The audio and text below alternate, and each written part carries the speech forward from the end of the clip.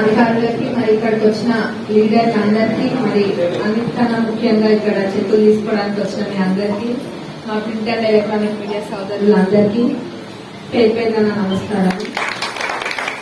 ఇక్కడ కలియాక అక్కడ అది స్వచ్ఛ భారత్ అది పెట్టినారు కదా, స్వచ్ఛత అని సేవ అని పెట్టినారు. నిజంగా స్వచ్ఛత అనే సేవ.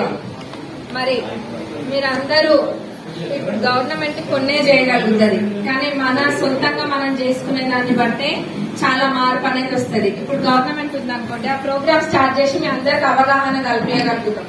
అంటే ఇట్లా చేయకపోతే ఏమైతుంది, ప్లాస్టిక్ ఎక్కువ వాడితే ఏమైతుంది.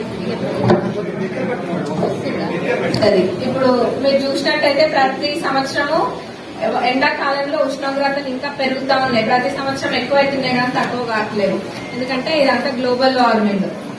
మరి దీనికి మనం ప్లాస్టిక్ తక్కువ వాడడం అయినా ఇవన్నీ కూడా చాలా హెల్ప్ అవుతాయి.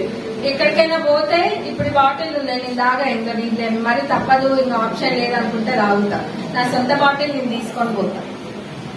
ఎవరైనా ఏంటి ఒకప్పుడు అంతే ఉంటుండే, ఇప్పుడు ఏంటి ఎక్కడంటే అక్కడ ప్లాస్టిక్ బాటిల్ దొరుకుతున్నాయి, వాటర్ బాటిల్స్ కొనుక్కుంటాము, దానివల్ల నీళ్ళు తాగుతాం. కానీ మనది మనం మోసుకోవడం మనకేం బరువు కాదు. ఇదే కాదు, ఏవైనా కానీ అవి పేపర్ ప్లేట్స్ అయినా ఏవైనా ప్లాస్టిక్ ఎక్కడ ఉంటే అవన్నీ చూడండి. మరి కూరగాయలు కొనుక్కోవడానికి పోయినప్పుడు కూడా ఒకప్పుడు కట్టల సంచులు ఉంటుండే, ఆ కట్టల సంచులు పట్టుకొని పోతుండే. ఇప్పుడు ఏముంది, అక్కడ పోతే వాళ్ళకి కవర్లు ఇచ్చి అవి వేసుకొని వస్తున్నాం.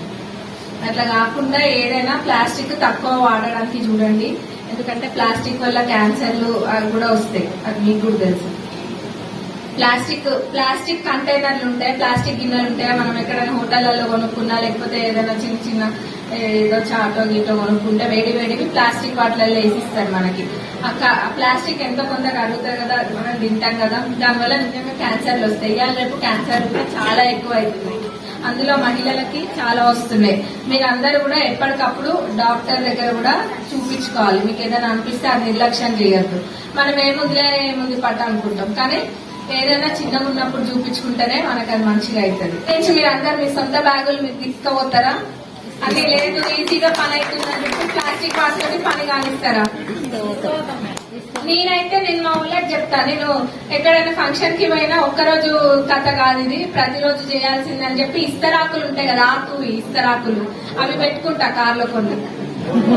ఎందుకంటే ఇప్పుడు మనం రెగ్యులర్ గా వాడే ఇస్తరాకులు ఉంటాయి కదా, మన గ్రీన్ కలర్ ఉన్నాయి చూడండి బయట, దానిపైన ఒక సన్న ప్లాస్టిక్ ఉంటది. అదేంటి మనం ఎంత వేడివి అందులో వేసినా అది కరగకుండా దానికి కెమికల్స్ ఉంటాయి, దానివల్ల కూడా క్యాన్సర్ వస్తుంది. కాబట్టి వీలైతే అనుకోవద్దు, మనం అరే నవ్వుకుంటారేమో మనం చూశాను అనుకోవద్దు. నేనైతే అదే చెప్తాను. నెక్స్ట్ ఎవరైనా ఏమైనా అనుకోనియండి, కానీ అవసరం అయితే స్టీల్ ప్లేట్ కూడా పెట్టుకొని దిగుదామని చెప్తున్నా.